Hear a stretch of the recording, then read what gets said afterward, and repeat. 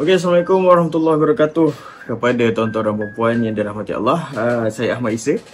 Minta maaf, saya dah lama tak bersiaran di sosial media. Saya rasa dah lebih sebulan saya rasa. Okey, saya tak ada niat apa-apa untuk menghilangkan diri daripada media sosial. Niat saya adalah sebab saya sedang tunggu untuk dapatkan visa haji. Dan saya tutup media sosial adalah untuk saya fokus kepada ibadah lah. Maksudnya saya nak biasakan diri untuk tak menghadap media sosial 24 jam. So waktu buat haji nanti saya dah terbiasa untuk tak pegang handphone. Okay, itu saya punya niat pada peringkat awal lah. Tapi kita merancang, Allah juga merancang. Alhamdulillah tahun ni saya belum lagi dapat visa haji. Adakah ia berita buruk ataupun berita baik? Allah lebih mengetahui. So insyaAllah akan sampai pada waktu yang tepat untuk saya mengerjakan ibadah haji, tak cepat dan tak lambat. So tahun ni masih lagi belum tahun saya, insyaAllah. Okay. So dalam sebulan saya tak ada media sosial ni, saya cuba untuk muhasabah diri apa yang saya nak buat selepas ni. So hari ni saya nak update sikit tentang perkembangan apa yang saya akan buat selepas ni. InsyaAllah pada hari Ahad ni saya akan terbang pergi ke Mekah untuk menunaikan ibadah umrah. Dan Ustazah Adilah dah hadir dekat sana, dia tunggu saya dekat sana lah. So seminggu saya akan berada dekat Mekah dan seminggu saya akan berada di Madinah sebelum saya dan Ustazah terbang ke Uzbekistan. Okay, sebab basikal kami kat sana dan kami akan sambung kembara lah. Dan kali ni kembara kami dipanggil sebagai Journey for Wisdom. Jiwa kembara Journey for Wisdom. Okay, so kembara ni adalah kesinambungan jelajah dunia selama 4 tahun lah. So fasa pertama dah selesai, Malaysia sampai ke Mekah. Walaupun literally-nya tak sampai ke Mekah menggunakan basikal sepenuhnya.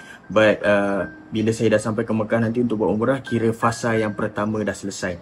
Okey, fasa yang kedua, kembara jelajah dunia ni adalah menuju ke arah Eropah. So kami dah divert daripada Uzbek yang sepatutnya pergi ke Mekah. So Uzbek akan naik ke Kazakhstan, Rusia dan akan masuk ke Finland dan seterusnya sampailah ke London. Okey, itu untuk fasa yang kedua jelajah dunia ni lah. So setakat ni itulah sekadar perkembangan. Okey, dan saya tak plan untuk nak aktif balik di media sosial, di TikTok, di Facebook, di Instagram, okay? Kecuali di YouTube sahaja. Okay? So saya akan fokus untuk kembangkan dan growkan saya punya YouTube. Sekarang ni saya dah ada 2 akaun, satu Ahmad Isa dan yang kedua adalah Jiwa Kembara. So yang Ahmad Isa ni saya akan teruskan sambung episod Kembara 2016-2017 dulu, iaitu Kembara Memburu Hikmah menuju umrah, untuk buat umrah kan. Okay, dan Jiwa Kembara ni adalah untuk saya update perkembangan terkini lah. Maksudnya start daripada Uzbekistan akan naik ke Kazakhstan, Rusia, semua saya akan update dalam akaun yang baru iaitu Jiwa Kembara. So bagi you all yang belum subscribe lagi, please subscribe akaun Jiwa Kembara, tekan loceng kat situ. Saya akan update sentiasa dekat situ. Dan saya tak plan untuk buat live lagi selepas ni.